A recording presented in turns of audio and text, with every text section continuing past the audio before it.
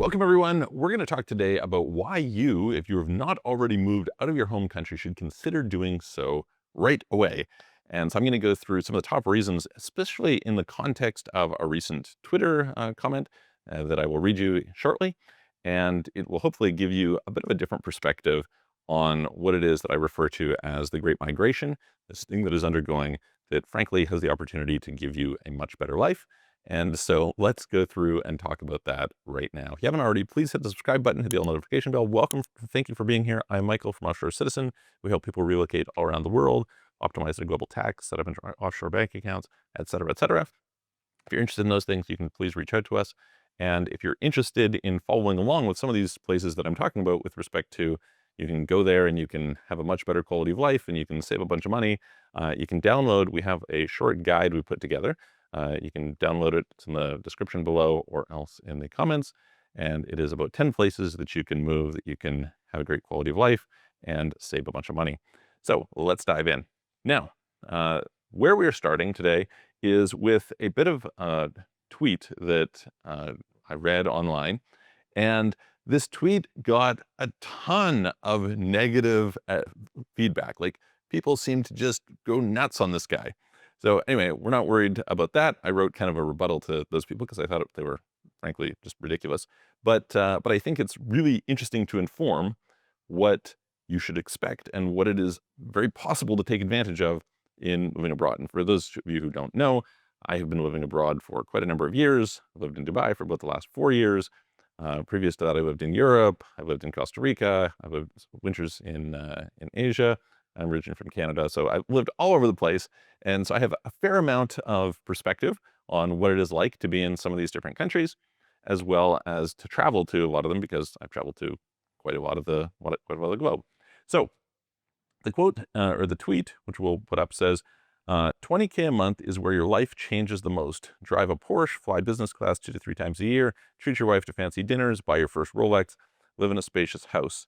Okay, so that was kind of the thing, and he got flamed for people saying that, hey, you're stupid to spend your money that way, and second of all, no, that's unaffordable. Now, of course, it depends where you live, and that is the lesson of today's video, okay?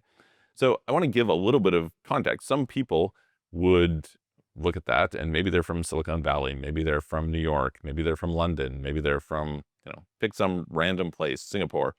Of course, in those places, doing those things on $20,000 a month is fairly difficult to do. If you add kids, for sure it's difficult to do. If you don't have kids, okay, a little bit more, what do they call it? Dinks, double income, no kids, have much more options in that regard. But that doesn't have to be the case. And so this is, I think, one of the most compelling things. So I talk about this idea that I call the Great Migration. What is the Great Migration about? The Great Migration is quite simply based on the reflection of why do you live where you live? And the answer is probably you were born there, you went to school there, you work there. One of those 3 reasons. That's probably why you live there. And frankly, if you just think like, okay, we have a limited amount of time on this earth, we, hopefully want to make the most of it, we should probably not go based on where our default place is. We should probably think, well, if I could live my ideal life, how would I live it? And you might not be able to do that today, but you should probably work towards it, right? You should probably say, okay, let me think about the ideal. Let me start planning in that direction. And for a lot of people, this means that where they would ideally choose to live is not where they're living now. Now, this is wonderful in the sense that we now have a much, much, much greater ability to go and live in some other places. And this is really enabled by the internet and the ability to work from anywhere. So for those of you who don't know, there are a ton of countries now, like 50 plus countries, that have created digital nomad visas, which makes it way, way easier to go and live for a year or two in various different parts of the world. That can be done with much less bureaucracy, much quicker, et cetera. So you can try out different places, et cetera. But in addition to that, there are lots of pretty accessible residency programs for most of these areas for a large number of people. We help people with that all the time. If you're interested in help with that, please reach out to us. You can send a message through offshorecitizen.net. And so the question then becomes, well, if I can have my income allow me to work from anywhere, then where would I go? And the Great Migration thesis is that because this is the new norm, that people are going to relocate to places where their cost of living is lower and their quality of life is higher. It's very simple, right? No, it doesn't require really deep analysis. And of course, this process will take time. Gradually, people bit by bit will be more and more enabled in terms of where they can work, and they will gradually move accordingly. And today, because of this tweet, I wanted to talk a bit about the cost of living side of things. So let's just put a few things into context. I'm going to use Malaysia, specifically the city of Kuala Lumpur, as an example. And for those of you who have not been there, it's a wonderful place to go. It's great to check out. It is, in my opinion, probably some of the best quality of life per dollar spent anywhere in the world. Another place that has really good quality of life per dollar spent would be, for example, Baku, Azerbaijan, which most people don't think about, but actually is quite good. And there are many others, right? You could go to Thailand, you could go to Vietnam, you could go to Philippines, et cetera, et cetera, et cetera. But the bottom line is there are lots of places where the quality of life is quite good and the cost of living is not so high. So for some context, you could go and you could get a 2-bedroom apartment in a 5-star hotel. Okay, so it's a 5-star hotel residence for about $1,500 a month, which is like pretty crazy good, right? You could get like huge places because, 2 bedroom is not necessarily so huge, but you could get like a 6,000 square foot, 4-floor place in some place that is not that expensive. Like, depending on what you're looking at, $1 million to $2 million, maybe like somewhere in that range of cost to buy, or somewhere around maybe $10,000 a month, depending. So, it depends again a little bit on the building, it depends on the location, it depends on all these different things, but like that sort of thing is just not available in most parts of the world, right? Getting around, super cheap. Food, super cheap. If you need like people to help you out, so hired help, you want to hire maids, super cheap. Cost of internet, cost of cell phones, etc., inexpensive. And the reality is, it's a great city, okay? The weather is like 24 to 32 degrees all year round. Yes, it is humid. It rains quite a lot. And so if you don't like humidity, not the place for you. Again, no big deal. There's lots of other places to choose from. I'm giving this as an example.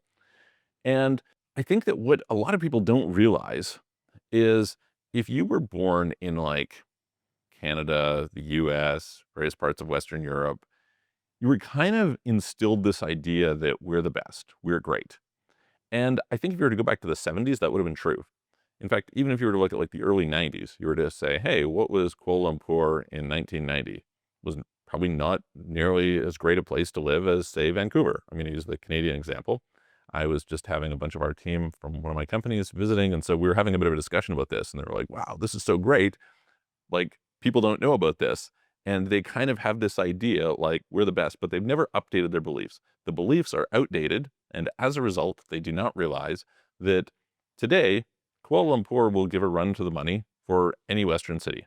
Now, there are obviously different values differences, so some people might be like, oh, I don't like it because of the humidity. Okay, fair, like that's a value for you.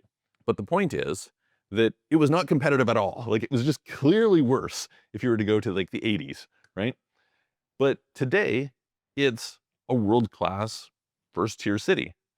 And so you have phenomenally great choices. And that is true in a bunch of the world, okay? A bunch of the world. So just if we were to go and think, I mentioned here about what you can get in terms of places to live in, like big, nice places. In like, by the way, those places I was mentioning are like in the city center, right? And this example, it's an area called KLCC. If you want to go and look it up, the residence that I was talking about initially is called Rumah. It's a hotel there. And the 4-floor, 6,000 square foot, which actually has its own private pool unit, is a building called St. Mary's. There's a bunch of other comparable ones, but I'm kind of giving those as examples just to call on. So if you wanted to actually go and check them out, you could be like, oh, wow, look, this is what I can get. Unfortunately, they don't do very good photos of places in Malaysia. Don't quite know why, but anyway, that's a whole other conversation. So that's an example of like pretty great quality of life. And there are a bunch of places like this, a bunch. When I first saw properties in Baku for sale, I looked at them, I was like, there's no way that property is for sale for that price. And it turned out, yeah, it was. Yes, it was. And I've had some good friends who have bought places there since.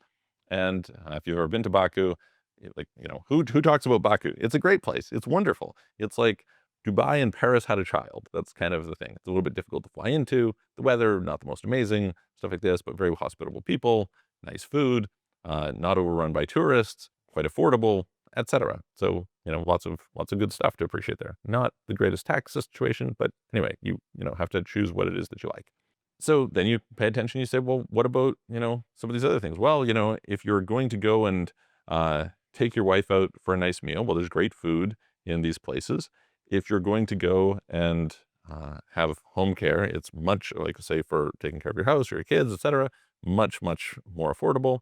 If you're in a situation where you're going to look at vehicles, it depends on the place. Some of the places, there's like high import duties on vehicles or high permitting, etc. So not always the greatest in that regard.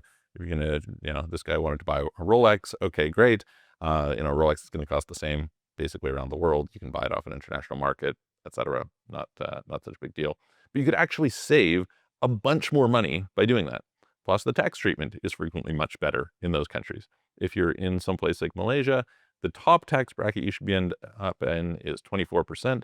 But for most people, realistically, when we're setting up clients there and we help people relocate there, again, if you're interested in helping relocate to Malaysia and optimizing your taxes there, et cetera, or looking for someplace similar, we can help you with that. Is like somewhere around 5% is like probably around where their effective tax rate lands. They don't have capital gains tax. They don't have taxes on dividends. The tax on dividends thing might change, but there's kind of this territorial tax system. And so that works quite nicely. And so it's just phenomenally competitive. And so if you're not somebody who is looking at other places to go, you should definitely check out other places to go. There, if you were sitting there saying, oh, there's no way you can live that quality of life with that much money, well, maybe you can in some other country, okay? That is the thing. Maybe you can go to another country and you can get the quality of life that you're looking for on an income that is more within your reasonable level. So I hope that helps. Again, if you're interested, you can check out this guide that we have on 10 places to go and live a great quality of life while saving a lot of money. Or if you're interested in having somebody help you go through the process, then please reach out to us through offshorecitizen.net, and I will see you on the next video.